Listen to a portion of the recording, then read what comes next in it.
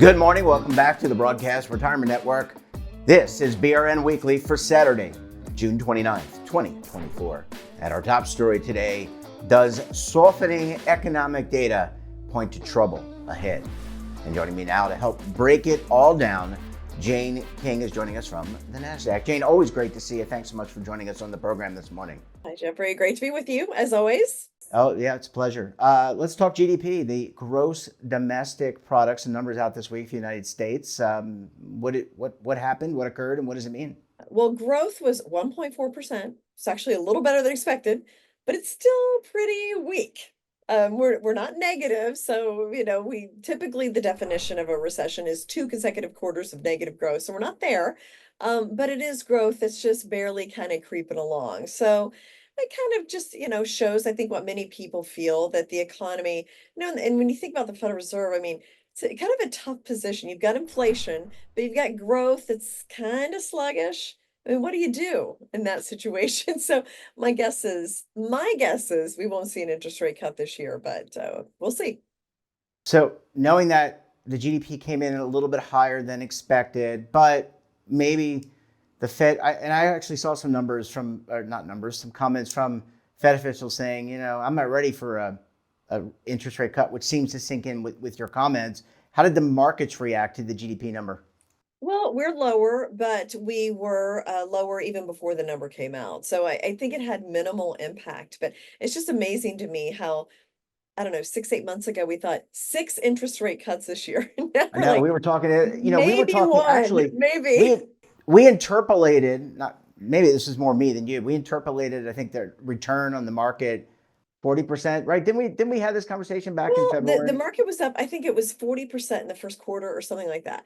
So we were like, okay, if that would be on an annualized basis, like what, 120% growth or something. So, we don't, that's of course crazy. We never see that. So it wouldn't be surprising to see, let's get back to the mean and have us be more kind of just normal growth. Yeah, and is this typical historically? It's a simmer summer or a summer simmer. I don't know how to refer to it, but is Typical. that typical historically The saying, sell in May and go away. And for so, some? and come back in like at the end of October is typically what, because September and October are actually traditionally the worst months for stocks, but this feels like a different year. I mean, we've got an election, very kind of, this election, is kind of volatile. Uh, There's, that's an so understatement. yeah, so I feel like this could be a different year than what we see historically. All right, let's talk Amazon because they joined a very prestigious club on Wednesday of this week. Talk about the $2 trillion. I wish I was part of the $2 million club, but let's talk about the $2 trillion club. That's a pretty big deal. They joined. Crazy. Like, yeah, trillions a new billion.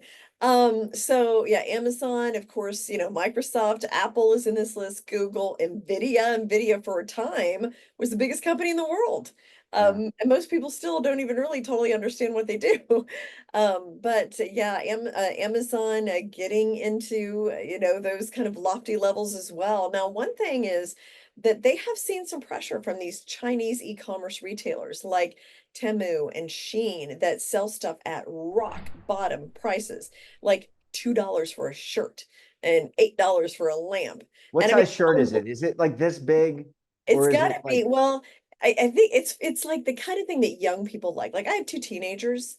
So this is the kind of stuff that especially young girls like, fashionable, that they can wear a couple times and just kind of toss, and Temu and Shein are masters at that. And they've advertised big at the Super Bowl. And so Amazon's feeling some pressure for them. And I've heard from other e-commerce retailers that they've really changed the marketing, digital marketing, because their margins are so thin, that a lot of US companies are having to rethink how they market and how they pay, and on Meta and Google and things like that. So anyway, Amazon is starting a rival, a new lower cost website, or maybe a division of its website, that will take on these, because they have lost some ground to these super duper cheap Chinese rivals. And certainly when you look broadly here in the United States, at least, inflation, Jane, still impactful. I think gas prices have been muted a little bit. I think since they released some of the gas from the reserves, but that's really just temporary. So you've had gas prices kind of coming down, food prices, from what I have read, still high in a lot of places, and the not the grocery stores, the restaurants prices still expensive. So people are cutting back and maybe going to more casual chains. Right. Well, and it's interesting because people aren't driving as much. So that has driven gas prices lower. Now, there's some activity going on the Israel-Lebanon border. And I don't think it's got a lot of attention in US media, but I read about it on Twitter and Telegram and things like that. So that's something that I know the energy people are keeping an eye on, what's happening there. Now, Kroger did this week say that food prices have stabilized. And so, while we're still whatever 20% higher than we were a few years ago, they've at least kind of stabilized in that area. But I can tell you, like, food delivery is way up, at least in New York. New York has imposed some more fees and minimum wages and things like that. And, I ordered food last night because I had a really long day yesterday. It was like $115. I mean, for Wow. Chinese food, Chinese takeout. Oh, And so, wow. Okay. I I was going mean, to it ask was like, you, it did was it for come with four of like, us. did it come like two, like a glass cup, You'd think like a porcelain, like like a no, it was chalice? like just your typical, like fried rice and some dumplings and stuff. But by the time you pay, you tip the driver, the person, and then you pay the fees, and I'm sure they tack it. It was like $115 for four of us. So I was, but it was a long day, so it was worth That, every penny. yeah, I mean, that is a lot of money. I think people are still feeling the strains. And because of that inflation, that's going back to the original part of our conversation, post GDP conversation, which is that's probably why the Fed's like, all right, it's not muted. Inflation is not muted. We need to push back on when we do the interest rates. Yeah, I just think it's too early, like, to do this. I feel like the economy is still a little precarious. And there's a lot of hot spots and a lot of things that could erupt. And to start cutting rates right now just feels a little premature to me, but we'll see. I mean, I think the market thinks we'll get one in September, but that could change Well, as we. but they're probably basing that on some political pressure, right? I mean, the Federal Reserve Bank is supposed to be independent of the government, but not independent of the government. They're probably basing that on some kind of like political pressure that could be somehow be I mean, applied. if I was on the Federal Reserve Board, I would wait until the absolute last minute and look at every little piece of data and not listen to what any political party is telling you to do. And just that's the only way, really, I think, to be honest and transparent about it, is just really look at the data and pretend like it's not an election year and say, what would we do? And, not let all of that kind of, get into your head. Well, we're not in the room, and we don't get those. I don't get those phone calls. Maybe you get the phone calls from the White House. I know I don't get the phone calls from the White House. But Jane, just to kind of end on the central bank for a second, I just read an article about AI being used. We're talking AI again, being used by central banks to help with determining interest rate cut and raise opportunities in the future. I think it came out from BIS. Really interesting in how the central banks could use, and talk about transparency. That to me would be a little bit more transparent than, hey, everyone goes in a room, then they figure it out, and then they write comments. Yeah. Well, that's what AI is good at, is taking large amounts of data and synthesizing it and looking at historical trends and coming up with some kind of conclusion. So, this would be an area where AI could be really effective. Yeah. Well, Jane, always a pleasure seeing you. Great insight as always, and we look forward to having you back on the program again next week. Thanks. See you then. And when we come back, we'll take a look at some of our best segments for the week. You're going to want to stay tuned right here on BRN Weekly.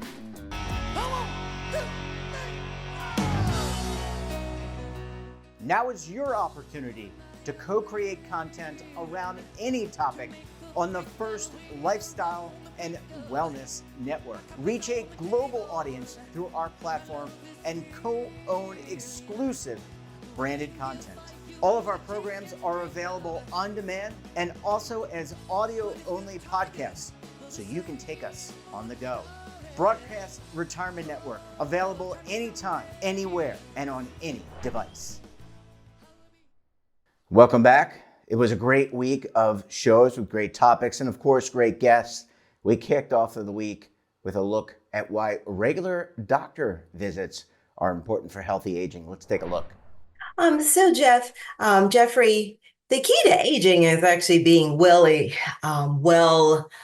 educated. So I like to tell my patients that we're the coach and, our patients are the team, or the team players. And so we work together. So it's very important to go and see your doctor regularly. One, for prevention, we call it preventative medicine.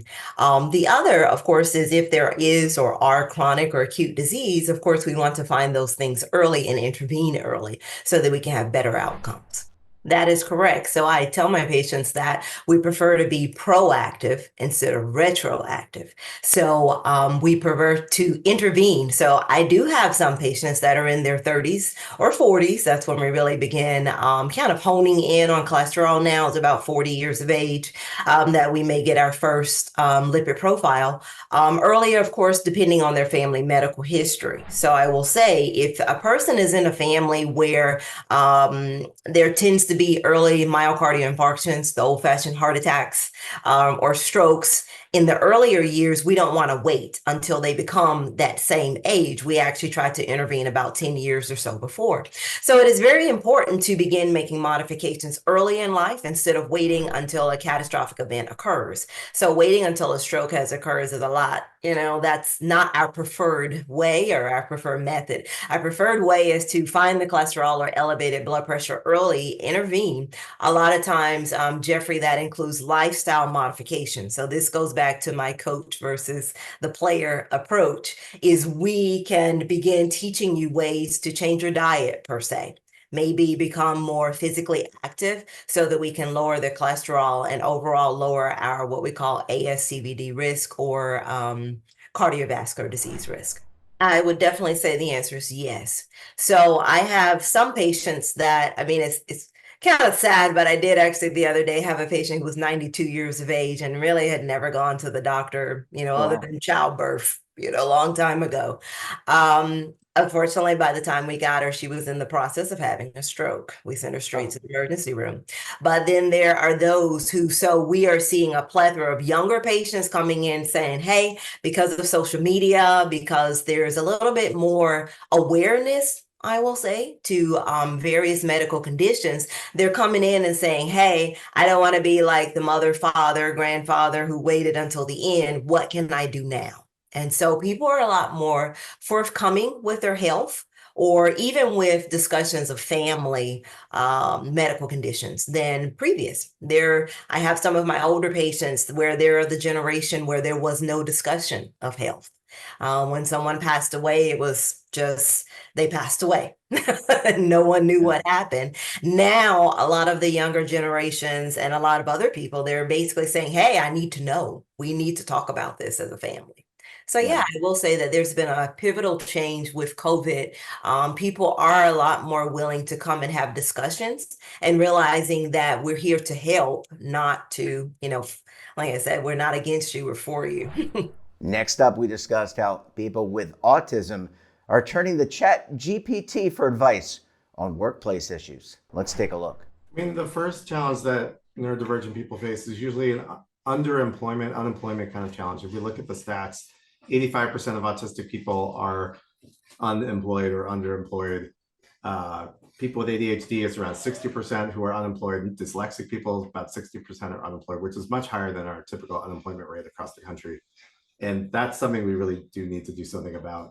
Once they get to the workplace, what they usually find is that they think differently than other people. They communicate differently than other people, which means that usually evokes some kind of stigma and discrimination against them by people who are not like them. So especially autistic and non-autistic people don't communicate the same way. And often the result is that the non-autistic person finds the autistic person to be different or weird or rude or awful, and usually reads into what the autistic person is saying, looking for an ulterior motive that they would usually find if, let's say, your parents are talking to you. They always have an ulterior motive. But autistic people often don't. And when people misinterpret what they say or they misunderstand them, that's where you lead to problems in the workplace, either that cause difficulties in achieving tasks or like managing meeting performance expectations, or often it could actually lead to people being fired or managed out of their companies because they don't quite fit in. Well, when we were looking online, we noticed there was a Reddit forum for people with ADHD and a Reddit forum for autism. And we found that people on there were talking about using ChatGPT to ask questions at work. So things like, I need to ask my boss for a raise. How should I do that? How should I approach that conversation? Or how do I make friends at work? Like, nobody wants to talk to me. How do I make friends? And they were asking these questions and thinking that ChatGPT is a trusted advisor that is maybe a little bit more objective and maybe more correct than their family and friends who they might have been using before that. I mean, yes and no. So ChatGPT is not a person. ChatGPT doesn't understand your question. ChatGPT is just a statistical model of English mined from the entire internet. So basically, if somebody on the internet has been answering these kinds of questions and answering them in a useful way, ChatGPT will have it somewhere buried inside of it. And if you ask the right question or you give it the right prompt, you can get some flavor of that out in a probabilistic way. The challenge is that what we found is that when you ask it a question and you are not the majority, you're not the one where the majority of the internet's talking about your issues and your problems, then the advice it gives you is for somebody else. The advice it gives you, let's say if you're an autistic person asking, like in our study, we found that even if you told it you were autistic and not neurotypical, it would say, oh, to make friends, just walk up to random strangers and go talk to them. Oh, never thought of that before. Maybe autistic people have is that they can't just do that. Like, that's not easy for them to walk up to random people they don't know and talk. And that probably wouldn't even work for introverts. Yeah, so it's going to start out being very biased against neurodivergent people and for neurotypical people, because that is the vast majority. I mean, autism and ADHD and dyslexia max out at probably like 15 to 20% of the population. So 80% of what you're seeing in even just the English-based internet is going to be neurotypical stuff.